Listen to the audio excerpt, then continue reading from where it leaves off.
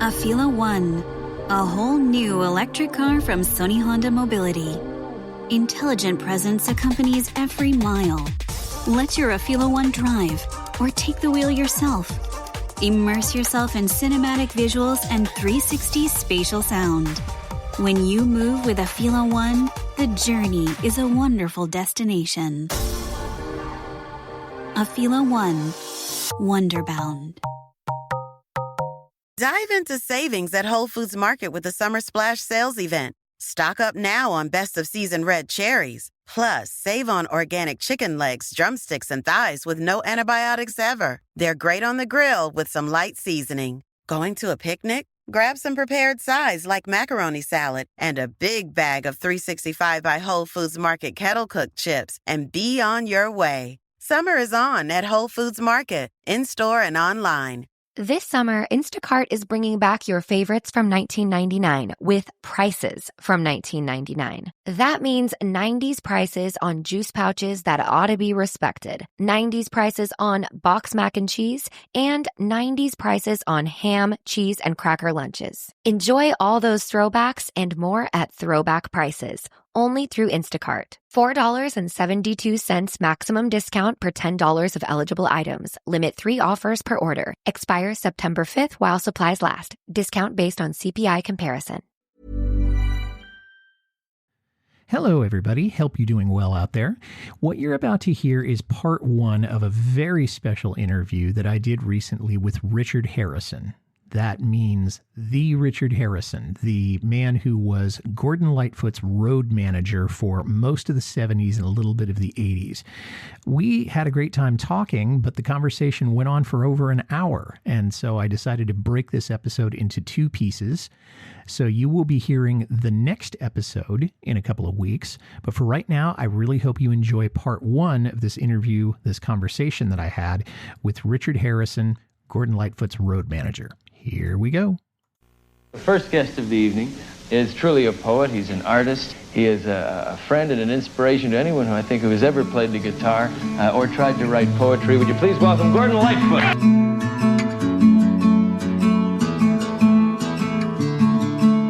This is Carefree Highway Revisited, the show that celebrates the music of Gordon Lightfoot song by song, a proud member of the That's Not Canon podcast network. I'm your host, Mike Messner. And with me today is Richard Harison, and Richard was Gordon's road manager for a number of years in the 70s and into the early 80s. Richard, welcome to the show. It is an honor to have you with us. It's my pleasure, Mike. Thank you. You wrote a book called Once Upon a Red Eye, and my first 2 questions for you is, number 1, why did you write this? And number 2, is there a significance to the title? Well, there have been 3 bios of Gord out. 2 of them, as far as I'm concerned, you could use for toilet paper. They're just a compilation of interviews, news. They never met him or anything. The only one that's worth reading is by Nick Jennings, who's a very famous biographer. Mm-hmm. But all 3 of them put together, they only tell one side of the story.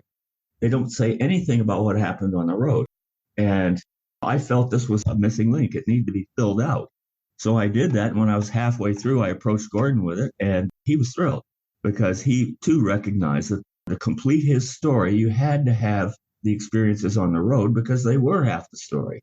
Writing, his personality, the story. They're the 3 things. So I finished the book, and he must have really loved it because he wrote both a back cover endorsement and he wrote the foreword to the book.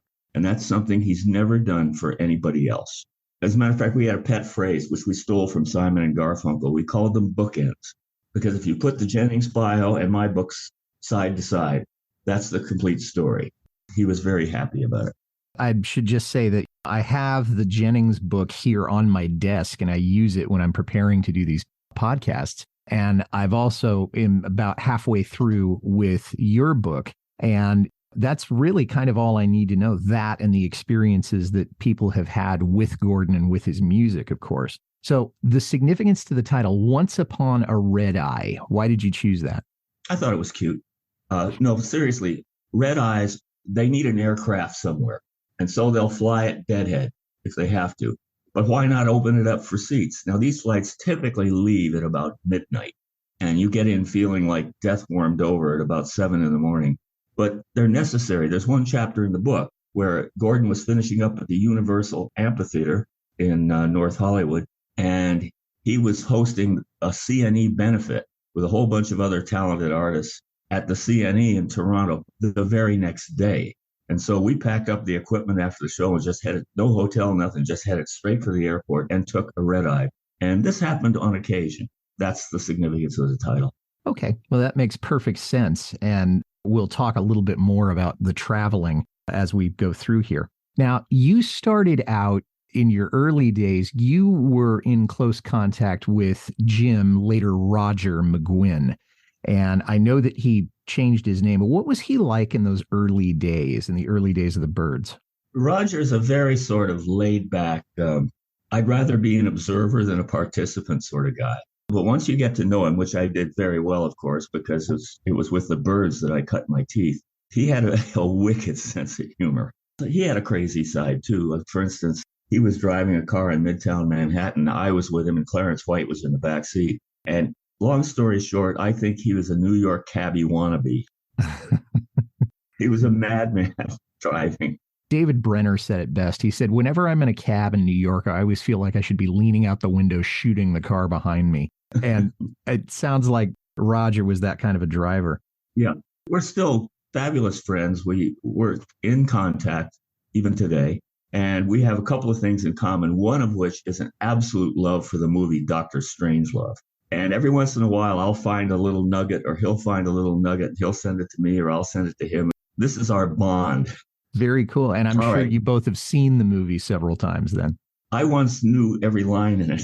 Wow. Okay. Now that is a devotee. Very cool. Yeah. Did you get any contact back in those days with the recently passed David Crosby? Well, first of all, David really didn't have any use for me at all. He was kind of a narcissist. And well, before I go any further on that, he is definitely one of the best high harmony singers in the world. No question about that. He is what completed unique sound of the Byrds. But he liked to take over. For instance, at Monterey Pop Festival in 1967, after one song, he started to get in on the Kennedy assassination and how there's no way Oswald acted alone, and there's the grassy knoll, and he's taking up stage time with all his talk. And you should have seen the look on Roger's face. He was just fuming. I've seen Monterey Pop, and I think Roger went on record at some point and said that was the beginning of the end of Crosby's time in the Byrds. He also substituted for Neil Young when Buffalo Springfield played at Monterey. And I think less than a year after that, and maybe just within a few months, he'd been kicked out of the team. Try a month. Wow. Try a month after that. Yeah. So very, very shortly after that. So where did you learn to do lighting and sound and the other stuff you did for Gordon? The book does talk about how you came into contact with him and how you got the gig with Lightfoot. But how did you learn your craft? Was it something that you studied? Was it something you just picked up? Did you kind of learn by doing on the job? How did you cut your teeth on the jobs that you did for Lightfoot? Well, we'll start with sound. My mentor was my father. He was an electronics expert and things like that. And he got me interested in that because he was in the business himself. He did sound and lighting and everything. It was just sort of something that started. For instance, when I was 12, he produced a musical about the life of Tom Sawyer, Mark Twain. And he asked me to do a safety copy of the sound when it was aired. And they ended up saying that my version of the show was better than their professional. No kidding. So, wow. And then I got into, stereo, and I got into very advanced stuff, like when they were first out, graphic equalizers and parametric equalizers and all these things. And so that was a natural sounding board, a natural path to doing Gordon sound, which I did for a number of years. Lighting, I picked up along the way. Started out very simple because I really didn't know what I was doing. But time, experience, learning things, and it finally came together. So I did that for a number of years. And as Gordon says in the foreword, I did those jobs simultaneously. That is a huge load. And of course, we know that Charlie Morgan came on the scene in later years to sort of take some of that load off of your shoulders. And that's exactly what Gordon said. Yeah. Okay. Yeah. That may have been his exact words. And the book does talk about that a lot. You were at a lot of different venues for Gordon over the years. Can you remember the biggest venue that Gordon ever played and what that show was like? Biggest venue. Now, you can define big. Is that the size of the venue itself? In that case, it might be the Salt Palace in Salt Lake City or Royal Albert Hall in London. If you mean big by the number of people that attended, well, you've got Massey Hall, up to 8 shows in a week. So 3,500 times 8, you can do the math on that one. That was the number of people. Royal Albert Hall was always sold out. I think it's around 5,000 or something like that. And of course, well, the CNE, who knows how many thousands and thousands of people were there at the benefit for the Olympic team, which had to withdraw because Russia was up to no good, as usual. Those were very, very big. And of course, it all happened after sundown. You know, we were doing the colleges and universities and even Carnegie Hall. But as soon as sundown went number 1, the whole thing changed. And Gordon started doing 2 shows a night. Why? Because the promoter rents the building for the night. So, you know, let's double up and make some money.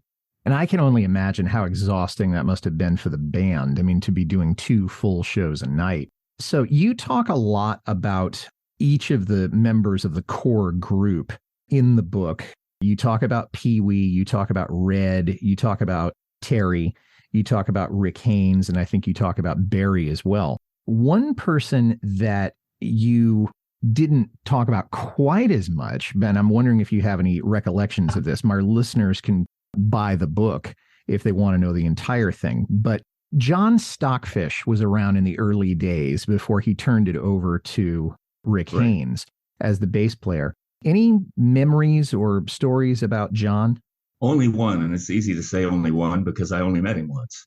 And that was after Gordon's concert at the Fillmore West in San Francisco. And that was also when I met Red Shea. It's a very interesting story about how I met Red.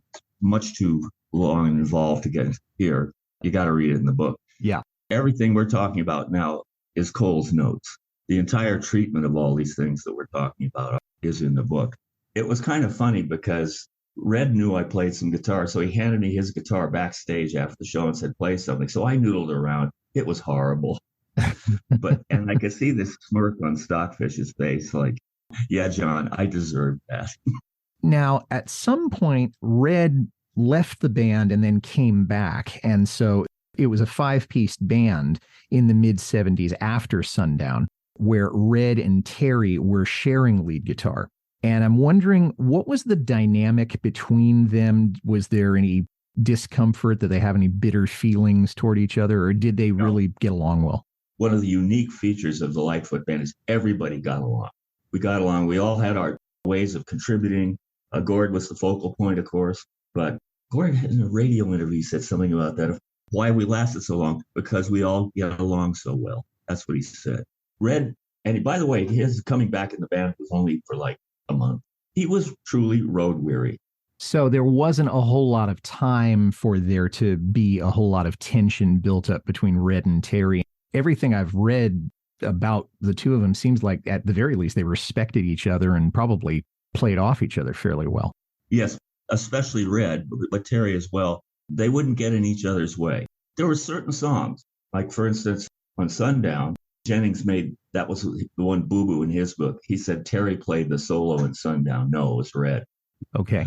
So he would play that. Also, on 2 or 3 songs, Red used a unique instrument called a high-string guitar.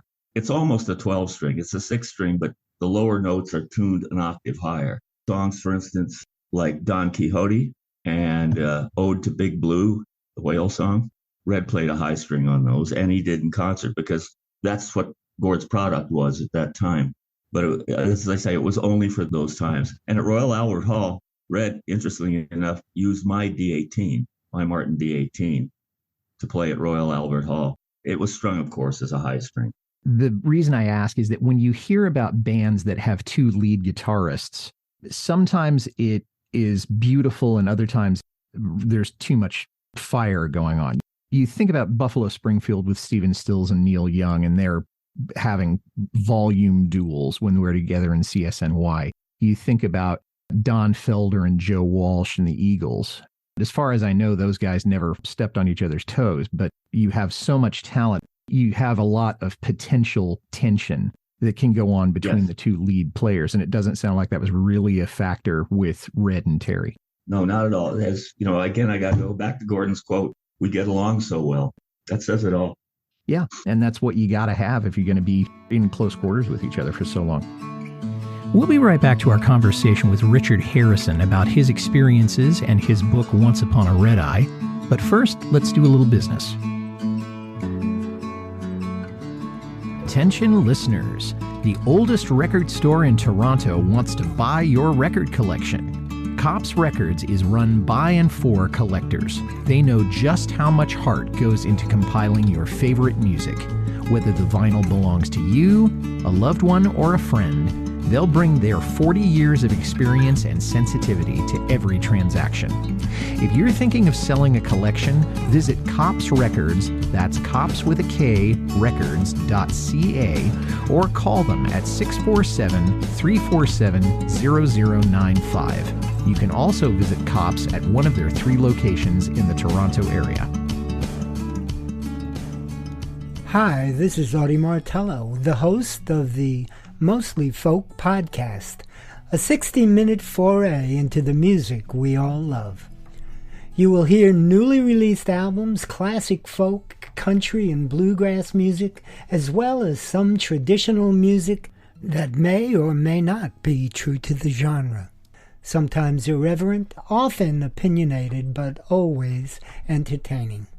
You may even hear a radio magic trick every so often, as well as numerous interviews via Zoom and telephone with established as well as indie artists.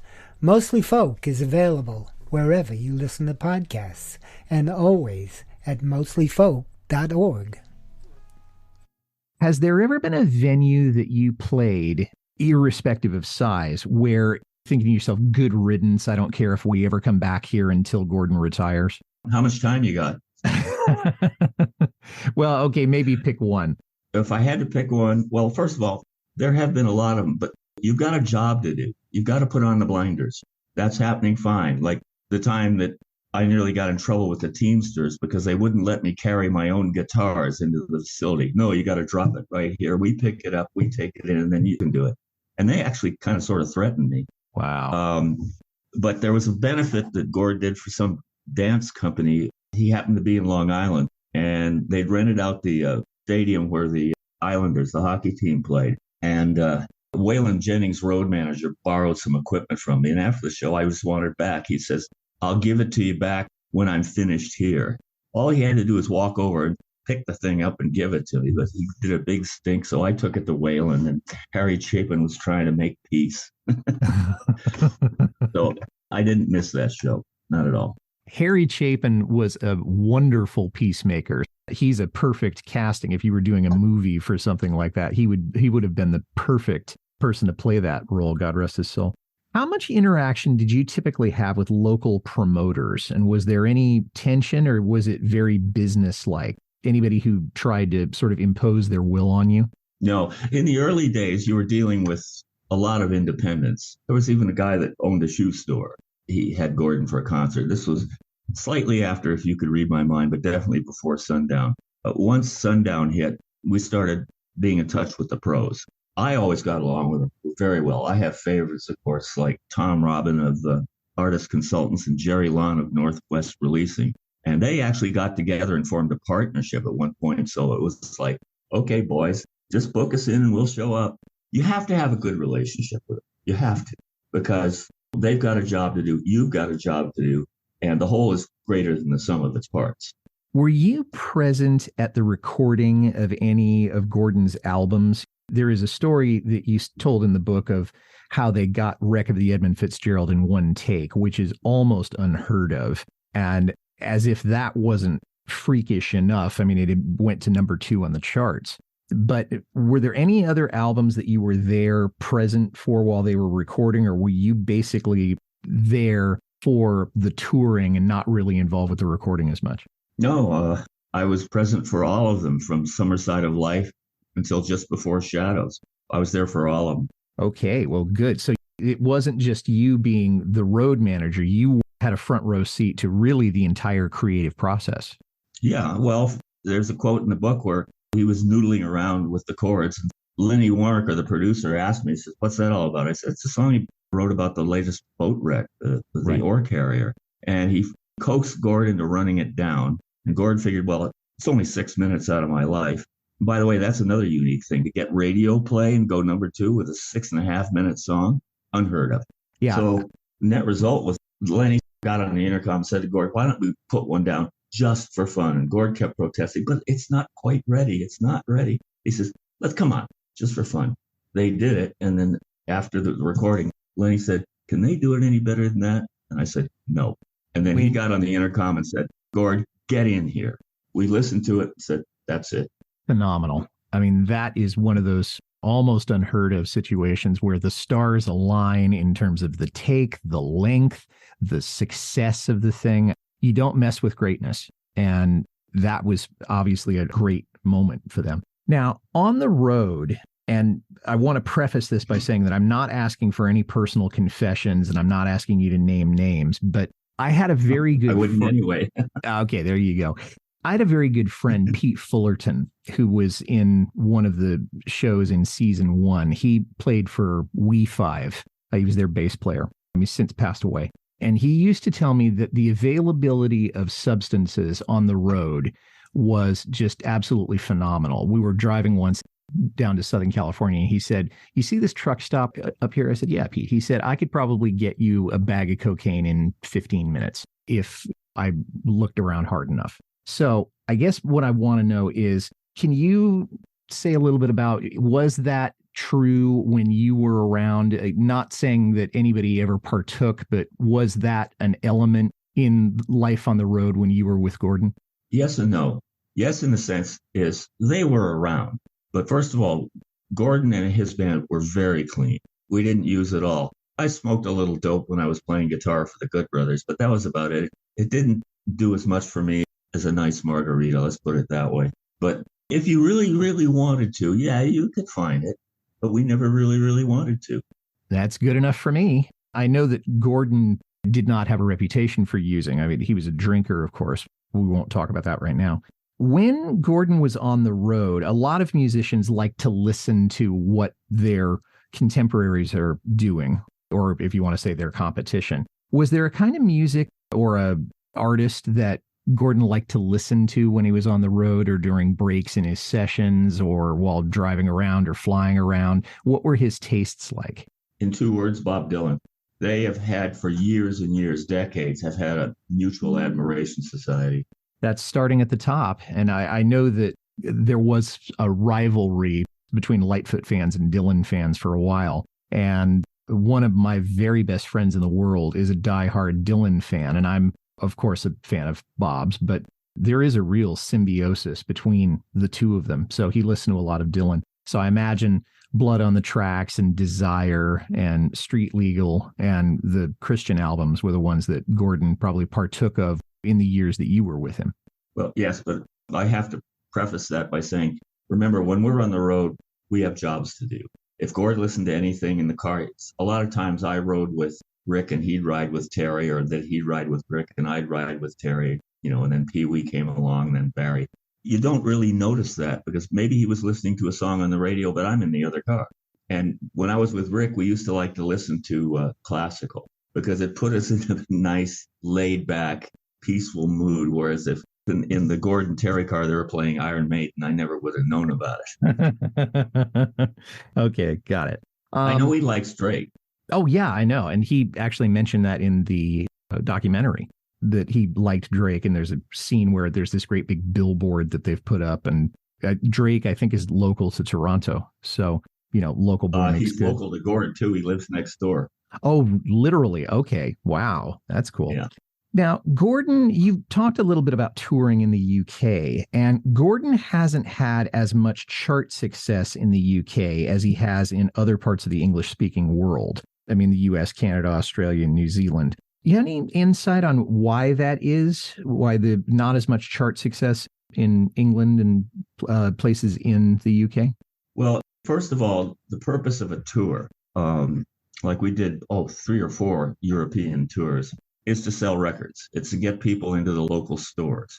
The downside of all that is when you've got that kind of entourage, I mean, just in the band, like we started out, it was just the 4 of us, Red, Rick, me, and Gordon. Gordon and I would fly over together, and Red and Rick would join us the next day. It's still expensive. And as I say in the book, Gordon insisted that we all, not just the star and his band, where the star is in first and the band is in coach. He insisted we all fly first. Now, when you start buying first-class tickets across the pond, that's heavy-duty money. And you never make any money on these tours. You're depending on the record sale. The tours were always a negative financially. As far as that is concerned, he's always been very popular there. Why that doesn't translate, and I'm taking your word for it, why that doesn't translate to record sales, I really don't know. If you're asking me, you're asking a fish about a banana. Okay. I'm just going by what I've seen online. I haven't gone over there. I haven't studied deeply into it. But the expenses of touring, you would think that they'd have to be backfilled by album sales or by record sales. Exactly. So, yeah. Exactly. Okay, good. And also, that's more front office stuff. That's between Gord, his production company, and the record company. That's where those figures get tossed around. Not in my world. That's a good segue to the next question I had, though. When you were on the road with him, you were doing lighting and sound and toting the equipment from place to place. So from what you're saying, were you not responsible for the books and the finances? Somebody else did that while you were on the road with him? It turned out to be that way, but in the beginning, I did that too. I learned how to check ticket sales versus number of tickets printed. So there would be a point, even before I started packing up what equipment there was. And in the early days, there wasn't that much. There were no amplifiers. There's just basically sound stuff.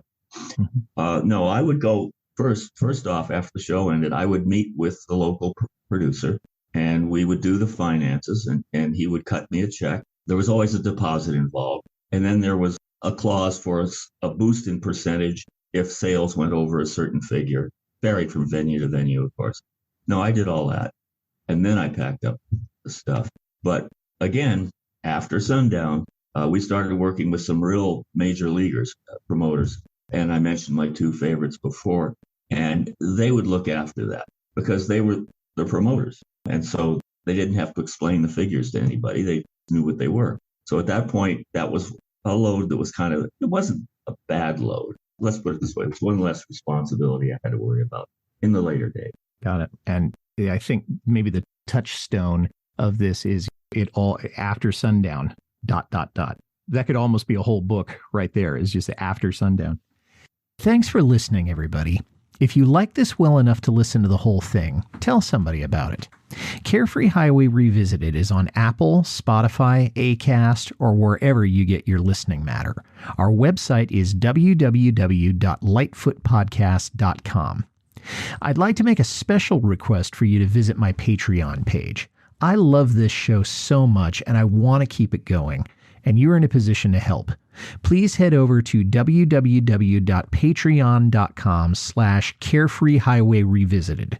$1 or $2 a month is all I ask. You can reach me, Mike Messner, at teachermike72@gmail.com. And that's part 1 of our interview with Richard Harison. Part 2 will be playing in the next episode, and that'll be coming out around the first week of April. Until then, this is Mike Messner reminding you, run for the roses, but don't forget to stop and smell them. We'll see you next time.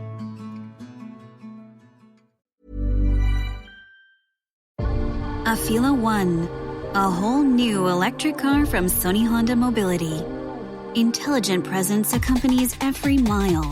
Let your Afila One drive, or take the wheel yourself. Immerse yourself in cinematic visuals and 360 spatial sound. When you move with Afila One, the journey is a wonderful destination. Afila One, Wonderbound. We're here to sweat the details, to test and retest, to optimize and perfect. First in the lab, and then in the world. Because when you're known for delivering speed, reliability, and coverage inside, you need to deliver speed, reliability, and coverage outside. In all kinds of weather, all year round. Introducing Eero Outdoor 7. Eero, the way Wi-Fi should be. Thumbtack presents the ins and outs of caring for your home. Out. Indecision, overthinking, second-guessing every choice you make. In. Plans and guides that make it easy to get home projects done. Out. Beige on beige on beige. In. Knowing what to do, when to do it, and who to hire. Start caring for your home with confidence. Download Thumbtack today.